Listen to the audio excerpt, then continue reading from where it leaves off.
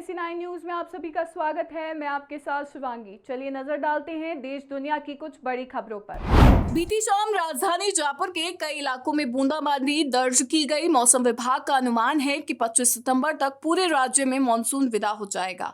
पश्चिमी राजस्थान के कुछ हिस्सों से 15 सितंबर से मानसून के विदा होने की उम्मीद है। हालांकि मानसून की वापसी की सामान्य तिथि 17 सितंबर बताई जा रही है। इसके अलावा अगले एक सप्ताह तक मौसम शुष्क बने रहने की संभावना है। वहीं पूर्वी राजस्थान में 17 सितंबर से येलो अलर्ट रहेगा, जिसके तहत भरतपुर, अलवर, जयपुर, दौसा, टोंक और धौलपुर के आसपास के इलाकों में हल्की से मध्यम बारिश हो सकती है। झालावाड़ में सरकारी स्कूल में बच्चों की मौत के मामले में अब सियासी घमासान तेज हो गया है। शहीद स्मारक पर अनशन पर बैठे नरेश मीणा आज अपने समर्थकों के साथ CMR का घेराव करेंगे। नागौर सांसद हनुमान बेनीवाल भी इस घेराव से जुड़ने की संभावना जताई जा रही है। इस घेराव से जुड़ने के लिए प्रदेश के अलग अलग गांव से समर्थक गाड़ियों में भर भर कर धरना स्थल पर पहुंच रहे हैं।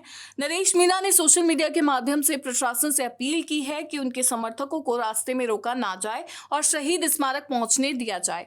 साथ ही उन्होंने लिखा वे समर्थकों का इंतजार कर रहे हैं। प्रदेश में राजनीतिक तापमान लगातार चढ़ता जा रहा है। इसी कड़ी में प्रदेश कांग्रेस ने भाजपा पर वोट चोरी और संवैधानिक संस्थाओं के दुरुपयोग का आरोप लगाते हुए वोट चोर गद्दी छोड़ नाम से हस्ताक्षर अभियान शुरू करने का ऐलान किया है।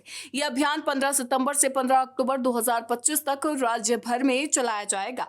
अभियान की तैयारियों को लेकर PCC में कांग्रेस पदाधिकारियों की एक बैठक भी हो चुकी है। इसमें जिले भर से कांग्रेस पदाधिकारियों को बुलाया गया था। बैठक में कांग्रेस के प्रदेश अध्यक्ष गोविंद सिंह डोटासरा, राजस्थान प्रभारी सुखजिंदर सिंह रंधावा, पूर्व मुख्यमंत्री अशोक गहलोत, नेता प्रतिपक्ष टीकाराम जूली, पूर्व प्रदेश अध्यक्ष डॉक्टर CP जोशी, सह प्रभारी चिरंजी राव, ऋत्विक मकवाना और पूनम पासवान समेत कई नेता मौजूद रहे। मुख्यमंत्री भजनलाल शर्मा के निर्देश पर प्रदेश भर में 17 सितंबर से 17 अक्टूबर तक शहरी सेवा शिविर आयोजित किए जाएंगे। इन शिविरों का उद्देश्य आमजन को सरकारी योजनाओं का लाभ शीघ्र उपलब्ध कराना और उनकी समस्याओं का त्वरित समाधान करना है। नगरीय विकास एवं स्वायत्त शासन विभाग ने शिविरों के लिए विशेष छूट और रियायतों का प्रावधान करते हुए अधिसूचना जारी कर दी है। अधिसूचना के अनुसार पिछले वर्षों की बकाया लीज राशि वर्ष 2025-26 तक एक मुश्त जमा कराने पर ब्याज में 100% छूट दी जाएगी। वहीं फ्री होल्ड पट्टा हेतु 10 वर्ष तथा लीज मुक्ति हेतु 8 वर्ष की लीज राशि अग्रिम जमा करने पर 60% तक की छूट मिलेगी। आवासीय भूखंडों के पुनर्ग्रहण शुल्क में भी राहत दी गई है। 250 वर्ग मीटर तक 75%, 250 से 500 वर्ग मीटर तक 50% और 500 से 1000 वर्ग मीटर तक 25% की छूट मिलेगी। राजस्थान परिवहन विभाग ने ट्रक समेत व्यावसायिक वाहन चालकों के लिए 8 घंटे ड्राइविंग की अवधि तय कर दी है। प्रदेश में हर दिन सड़क दुर्घटनाएं बढ़ रही है। नींद पूरी नहीं होने के चलते ड्राइवर को वाहन चलाते समय झपकी आ जाती है, जिससे कई बार हादसे हो जाते हैं। कई हादसों में बड़े स्तर पर जनहानि भी हुई है। इसी के मद्देनजर विभाग ने ये फैसला लिया है। आदेश जारी होने के बाद से ही अधिकारियों के सामने बड़ी चुनौती है कि ये कैसे तय करेंगे कि किस चालक ने कितने घंटे वाहन चलाया। इस संबंध में भी अधिकारी प्लानिंग कर रहे हैं। ट्रक में GPS लगाना और अन्य तरीकों पर भी विचार किया जा रहा है। राजस्थान कांस्टेबल भर्ती परीक्षा 2025 में इस बार पहली बार आर्टिफिशियल इंटेलिजेंस तकनीक का इस्तेमाल किया गया और ये बेहद कारगर साबित हुई। 2 दिन चली परीक्षा के दौरान जयपुर सहित प्रदेश भर के विभिन्न परीक्षा केंद्रों से कुल 13 डमी अभ्यर्थियों को पकड़ा गया। पकड़े गए अभ्यर्थियों में अधिकतर वे हैं जिन्होंने पूर्व में किसी अन्य नाम से परीक्षाएं दी थी और इस बार नए नाम से पहुंचे थे। AI आधारित बायोमेट्रिक जांच ने इन्हें पहचान लिया। बता दें कि जयपुर स्थित पुलिस मुख्यालय में कंट्रोल रूम बनाया गया था, जहां AI एक्सपर्ट्स लगातार सभी केंद्रों से प्राप्त डाटा की प्रोफाइल स्कैन कर रहे थे। संदिग्ध उम्मीदवारों की पहचान होते ही संबंधित केंद्र को अलर्ट भेजा गया और वहां मौजूद पुलिस टीम ने उन्हें दबोच लिया। भारत आदिवासी पार्टी के नेता और डूंगरपुर बांसवाड़ा सांसद राजकुमार रोत ने भजनलाल सरकार की प्रशासनिक व्यवस्थाओं पर निशाना साधा है। उन्होंने अपने एक्स अकाउंट पर लिखा कि बेरोजगार युवाओं के साथ डबल इंजन की सरकार नाइंसाफी कर रही है। कांस्टेबल सहित विभिन्न भर्तियों में परीक्षार्थियों को अपने गृह जिले से 400 से 500 किलोमीटर दूर परीक्षा सेंटर देकर बसों की व्यवस्था नहीं की जा रही है। फिलहाल आदिवासी बाहुल्य क्षेत्र के अभ्यर्थी कोटा, जोधपुर, जयपुर, नागौर व अन्य कई जिलों में दर दर की ठोकरें खा रहे हैं। सांसद रोत ने मुख्यमंत्री भजनलाल शर्मा और उप मुख्यमंत्री प्रेमचंद बैरवा से परीक्षार्थियों के लिए तत्काल बसों की व्यवस्था करने की गुहार लगाई है। राजस्थान में 13 और 14 सितंबर को 3 पारियों में पुलिस कांस्टेबल भर्ती परीक्षा का आयोजन हुआ।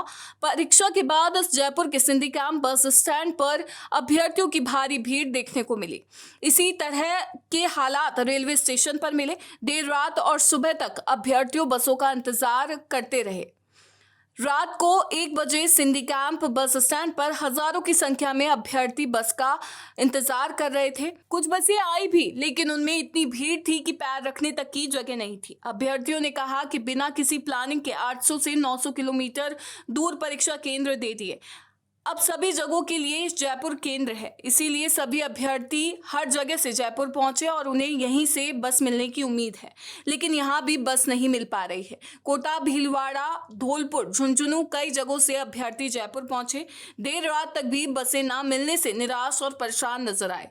उदयपुर के विजय सिंह पथिक नगर क्षेत्र में प्रॉपर्टी व्यवसाय और अंजुमन तालीमुल इस्लाम के कैबिनेट सदस्य मोहम्मद अनीस पर देर रात फायरिंग की गई। वारदात रात करीब 11 बजे हुई, जब अनीस के ही भांजे और हिस्ट्री शीटर फरदीन उर्फ गांजा ने पीछे से उनकी कमर पर गोली चला दी।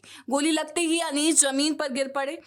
आसपास मौजूद लोगों ने तुरंत उन्हें अस्पताल पहुंचाया, जहां उनका इलाज चल रहा है। इस हमले के पीछे जमीनी विवाद कारण बताया जा रहा है। आरोपी फरदीन हाल ही में अजमेर की हाई सिक्योरिटी जेल से बाहर आया था। उस पर मारपीट, अवैध हथियार रखने और अन्य आपराधिक गतिविधियों के कई मामले पहले से दर्ज हैं। इलाके में उसकी पहचान एक शातिर अपराधी के रूप में है। सिरोही पाली 4 लेन पर बीकानेर से सूरत जा रही एक निजी ट्रेवल्स बस पार्ली एम थाना के सामने बेकाबू होकर पलट गई। इस दुर्घटना में 30 वर्षीय नागौर निवासी प्रेम सुतार की मौत हो गई, जबकि 25 यात्री घायल हो गए।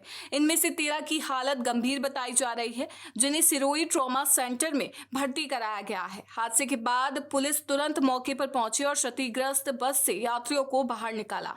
बस को थाना परिसर में खड़ा कराया गया, जबकि मृतक का शव सिरोही अस्पताल की मोर्चरी में रखवाया गया है। घायलों में पाली, नागौर, जोधपुर, बीकानेर, नासिक और उदवाड़ा के यात्री शामिल हैं। NSE9 न्यूज में फिलहाल इतना ही। आगे की खबरों से अपडेट रहने के लिए बने रहिए NSE9 न्यूज के साथ। नमस्कार।